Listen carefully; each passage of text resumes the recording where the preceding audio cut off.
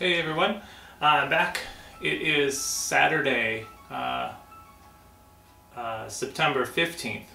Sorry, I have to I had to write everything down so I can keep the dates and times straight because I know it's been a couple days since I posted, so I want to make sure I'm having everything accurately portrayed so people can actually see how the progression has been going.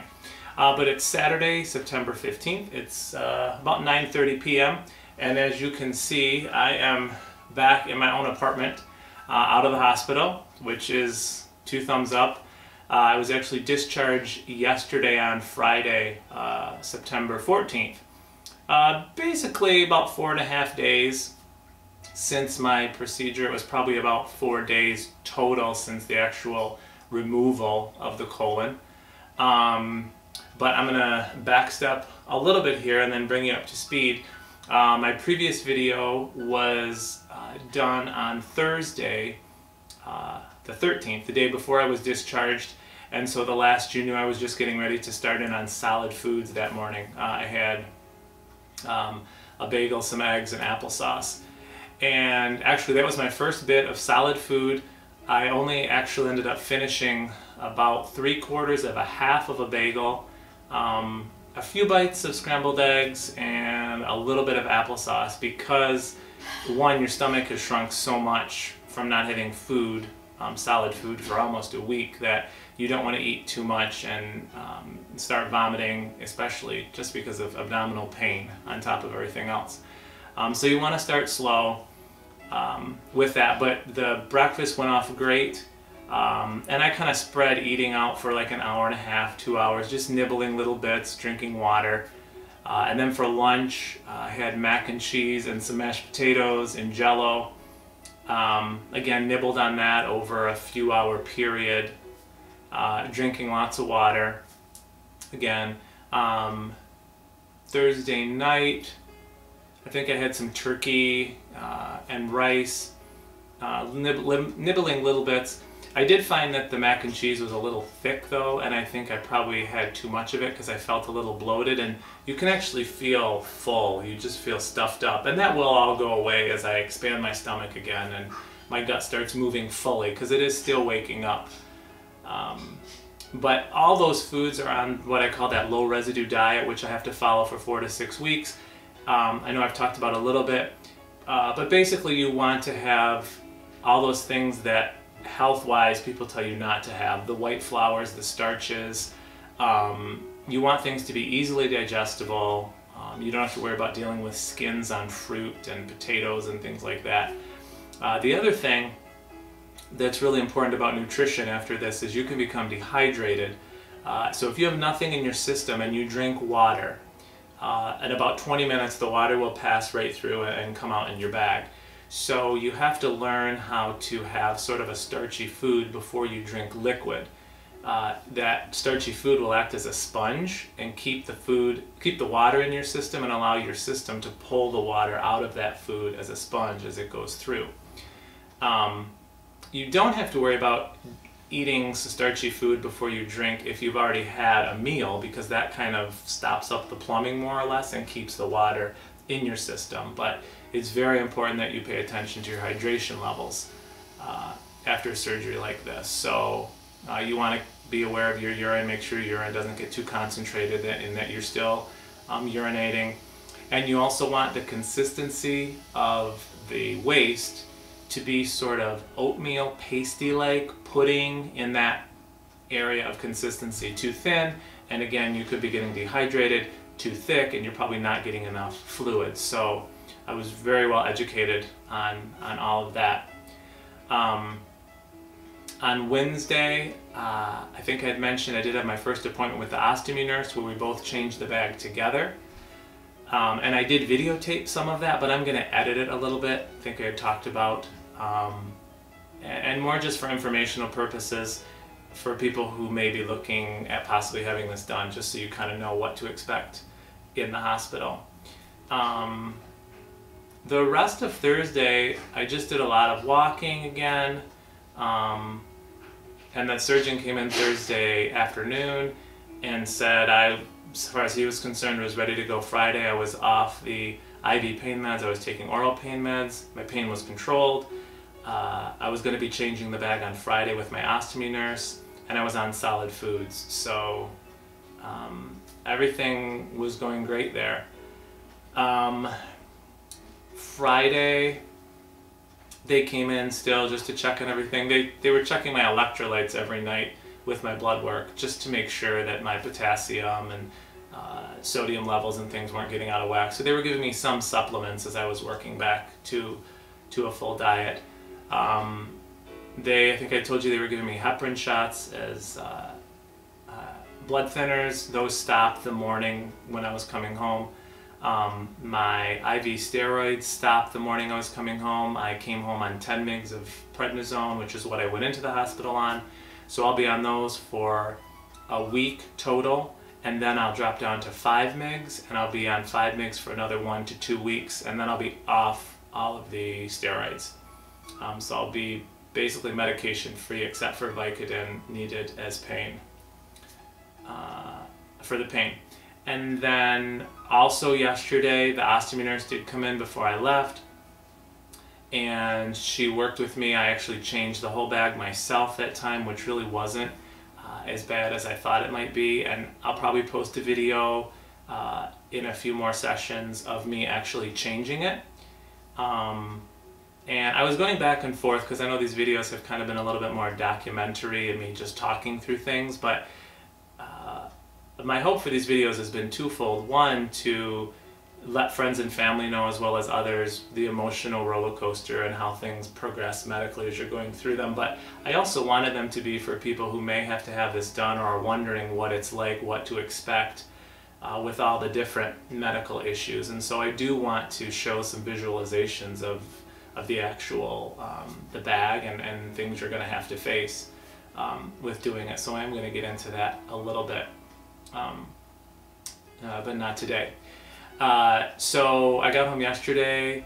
I had my partner with me, so he did a little bit of laundry. My parents had left earlier in the week, so they had pretty much stocked me up on groceries. But by the time we went to bed, I was a little more sore than usual because I had been moving and bending a lot. Not having a lot of pain per se. There's still a little bit of discomfort in the shoulders and the upper back related to the air that they put in for the surgery. Some cramping sometimes down at some of the incision sites, but the Vicodin seems to help with that. So I wouldn't say I'm in a whole lot of pain. Still a little bit stiff when I'm going to sit down to get in the car or turn, because all your abdominal muscles have kind of been traumatized for that. So I guess I kind of liken it to what it must feel like for a woman who's had a C-section, but I don't know for sure, but I kind of feel like it might be similar to that. I did write down some things because I want to make sure I covered everything. I am going to show in a minute. I want you just to see my abdomen and how things look now. Like I said, today's Saturday, so 6 days post-op. Physically, what is going on. So I'm going to stand up in a minute and pull my shirt up. So for those of you who don't want to see the ostomy bag, because it is fully functional now, I'm going to show that. So I just want you to get an idea of how you would look possibly with no complications post-op. There's still a little bit of swelling in here, but it's not bad. And there's 4 incision sites. There's 1, 2, 3, 4, and then obviously the stoma. But just so you can get an idea of what everything looks like afterwards, it's pretty darn good. These are healing up nicely. The nurse came out today and said things were fine. The stoma looks pink and healthy. So everything is going great. I'm still amazed that this is only day 6 and I'm back home. Last night I had a little bit of mac and cheese and some canned salmon. This morning I had 2 pieces of toast with butter and scrambled eggs. For dinner tonight I had some pasta with meat sauce. I just got back from going for a walk and got a little bit of frozen yogurt.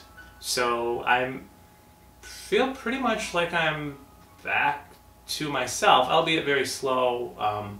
you know, not moving at 100%, but it was really weird being out tonight in the public with the bag. I was aware of it, and I did have to empty it for the first time out in a public bathroom, which was not a big deal. You know, I just put paper towel down, because I'm a clean freak, paper towel down on the toilet seat and sat back far enough that there was an opening in the bowl, and just lifted the bag out and opened it up and drained it, and then cleaned the edge of the bag, rolled it back up, washed my hands, boom, done. So that was kind of neat, because it makes you feel like, hey, it's not such a big deal. Went out grocery shopping today, and my ostomy nurse did recommend, and it sounds like a good recommendation, I took an emergency bag with me, meaning in that bag I have a replacement bag, as well as a ring, a sealer ring that I use when I change my bag in the event that I'm out somewhere and something happens, the bag breaks or something that I currently have on. You want to have a backup, because if something happens to this bag and you're on public, you have nothing. So I think that emergency bag is probably a good thing to have. And the last thing I think I want to just touch about is just the whole colitis thing and this whole journey. I've been diagnosed with colitis since 1995, and it feels very weird or surreal to know I'm completely colitis free right now. I don't have to worry about running to the bathroom anymore. I don't have to worry about how is my diet going to change, or what's this going to do, or what new medication I have to be on, or the cancer risk just kind of weighing in the back of your mind. It's a very good place to be in, but it's very surreal. It's very weird when I look back and think I dealt with all of that for so long. And to think, with that diagnosis, even if I'm going to have an issue with my bowels for the rest of my life, whether it be with colitis or an ostomy or the J-pouch, why not make it the best type of world for me, where I don't have to worry about medications and I don't have to worry about a cancer risk. And I'm very glad that I had it done. I know not everyone has the choice that I had it done. Some people I pushed into it, and I definitely had the time to make a very thorough and informed decision, and do it in my own pace and my own way. I was able to go into the surgery in good shape, which definitely helped. And I'm just very surprised at how I came out of it. The bag really does not bother me at all. I still I want to have the J-pouch done. I don't think I want to keep the bag, but if something happened and I had to, I think I might be able to deal with it. It's not that big of a deal, and it's actually pretty darn convenient sometimes. When you think about everything's right here on the front, you clean it and you're done. Yeah, so I think for right now, because I'm probably getting long-winded on this, that's where I'm going to leave it for now. And we'll chat a little bit more as we get going, but I wanted you all to know I'm back home. I'm kind of starting to morph back into a normal life for now. And I'll keep checking in with you, letting you know how things go as I come across little snafus with the bag and stuff. And I think some of these videos now are going to start to morph into how to manage the bag and things I encountered with the bag, but I'm going to try and keep them short, because I know your time is very valuable too. So as always, if you have any comments or questions or concerns, feel free to drop them below in the comment section below the video, or my email is ucandpsc@gmail.com. It stands for ulcerative colitis, and psc@gmail.com. So that's it for now. Thanks.